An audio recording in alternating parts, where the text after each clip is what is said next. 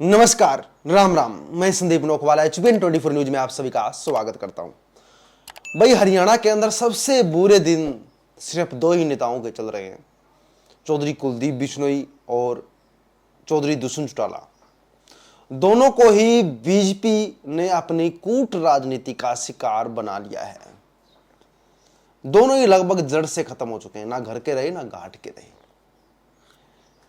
दुष्यंत चौटाला जी ने बीजेपी को समर्थन दिया, सरकार चलाने में सहयोग किया, जिसके कारण लोगों की नाराजगी हुई और नाराजगी इस कदर हुई लोकसभा के अंदर 2 सीटों को छोड़कर बाकी सीटों पर तो जमानत ही जब्त हो गई। हिसार के अंदर ही थोड़ा सा मार्जिन देखने को मिला। वहीं पर चौधरी कुलदीप बिश्नोई ऐसी भाजपा कूटनीति का शिकार हुए कि ना तो उन्हें लोकसभा टिकट मिला और ना ही वो आदमपुर से बीजेपी के कैंडिडेट को जिता पाए, क्योंकि लगातार दल बदलने के कारण लोगों ने कहा कि हम आपके गुलाम थोड़ी हैं जो आपकी गुलामी झेलते रहे हैं। हम चौधरी भजनलाल जी की नीतियों को पसंद करते हैं, उनसे प्रेरित हैं, चौधरी भजनलाल जी के साथ जुड़े हुए हैं। हम चौधरी भजनलाल जी के लिए कार्य करते हैं, ना कि आप कहेंगे तो आपके साथ हो चलेंगे। यानी वोट बैंक में काफ़ी नुकसान हुआ है चौधरी कुलदीप बिश्नोई को। तो ऐसे तौर पर साफ साफ कहा जा सकता है कि भाजपा ने इन दोनों नेताओं की राजनीति को हरियाणा में खत्म ही कर दिया है। अब भाजपा कर क्या रही है? हार का ठीकरा इन नेताओं पर फोड़कर इनका वोट बैंक और भी कम करने की कोशिश कर रही है।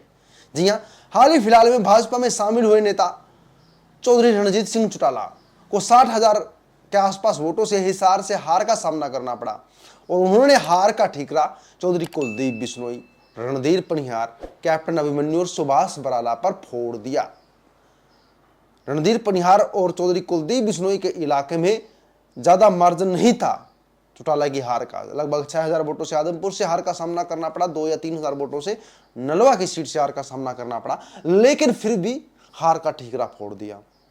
अब इस ठीकरे का मतलब क्या है वो मैं आपको बता दूं। इस ठीकरे का मतलब साफ साफ है कि चौधरी कुलदीप बिश्नोई की राजनीति को खत्म करने की कोशिश की जा रही है। सुभाष बराला तो काफी नाराज भी हो गए। उन्होंने तो कह भी दिया रणजीत चौटाला को कि आप कांग्रेस प्रवृत्ति को निकाल दीजिए। उन्होंने कहा कि कांग्रेस प्रवृत्ति अब भी हावी है चौधरी रणजीत सिंह चौटाला पे, इसलिए एक दूसरे पर इल्जाम लगाने में लगे हुए हैं। वहीं पर रणधीर पनिहार ने तो कह दिया कि हमने सहयोग दिया तो ही आपको आदमपुर और नलवा हल्के से इतने वोट मिले, अगर हम सहयोग ना देते तो ये हार 40,000 तक भी जा सकती थी आदमपुर और नलवा की। ऐसे में साफ साफ देखा जा सकता है कि भाजपा नए नेताओं के जरिए या अपने नेताओं के जरिए गढ़ में बैठे हुए नेताओं को खत्म करना चाहती है। दुष्यंत चौटाला जी को पहले रलाया और फिर एकदम से बाहर फेंक दिया, यानी राजनीति खत्म, ताकि दुष्यंत चौटाला जी का वोट बैंक ट्रांसफर हो जाए। हालांकि हुआ भी, दुष्यंत चौटाला जी का वोट बैंक या तो कांग्रेस में ट्रांसफर हो गया या भाजपा में ट्रांसफर हो गया। अब दुष्यंत चौटाला जी के पास वोट बैंक है ही नहीं। ऐसे में देखते हैं कि इन 4 महीनों में किस मजबूती के साथ दुष्यंत चौटाला जी खड़े होंगे और विधानसभा चुनाव में क्या रंग दिखाएंगे, ये तो आगे की बात है। लेकिन फिलहाल की मौजूदा राजनीति देखी जाए तो इसे भाजपा की हम कूट राजनीति कहेंगे कि हरियाणा के 2 कद्दावर नेताओं को नीचे गिरा दिया गया। या तो ये नेता अपने गलत फैसलों के कारण खुद के पांव पर कुल्हाड़ी मार चुके हैं, या इन नेताओं को खत्म करने के लिए ही भाजपा ने अपने में शामिल किया था या किया है। अब चौधरी कुलदीप बिश्नोई को विधानसभा टिकट के लाले तक पड़ चुके हैं।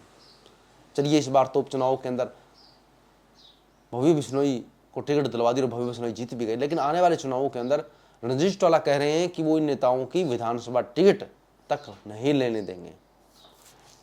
साफ साफ कहेंगे कि या तो बीजेपी में रहना है तो अब बात माननी पड़ेगी, नहीं रहना तो बीजेपी छोड़ दो। अब बीजेपी छोड़कर चौधरी कुलदीप बिश्नोई जाएंगे भी कहां? या तो निर्दलीय चुनाव उन्हें लड़ना पड़ेगा, कांग्रेस भी वापस लेने से रही। आपका क्या सोचना है? बने रहिएगा HBN 24 न्यूज के साथ, लाइक एंड शेयर कीजिएगा। जय हिंद साथियों।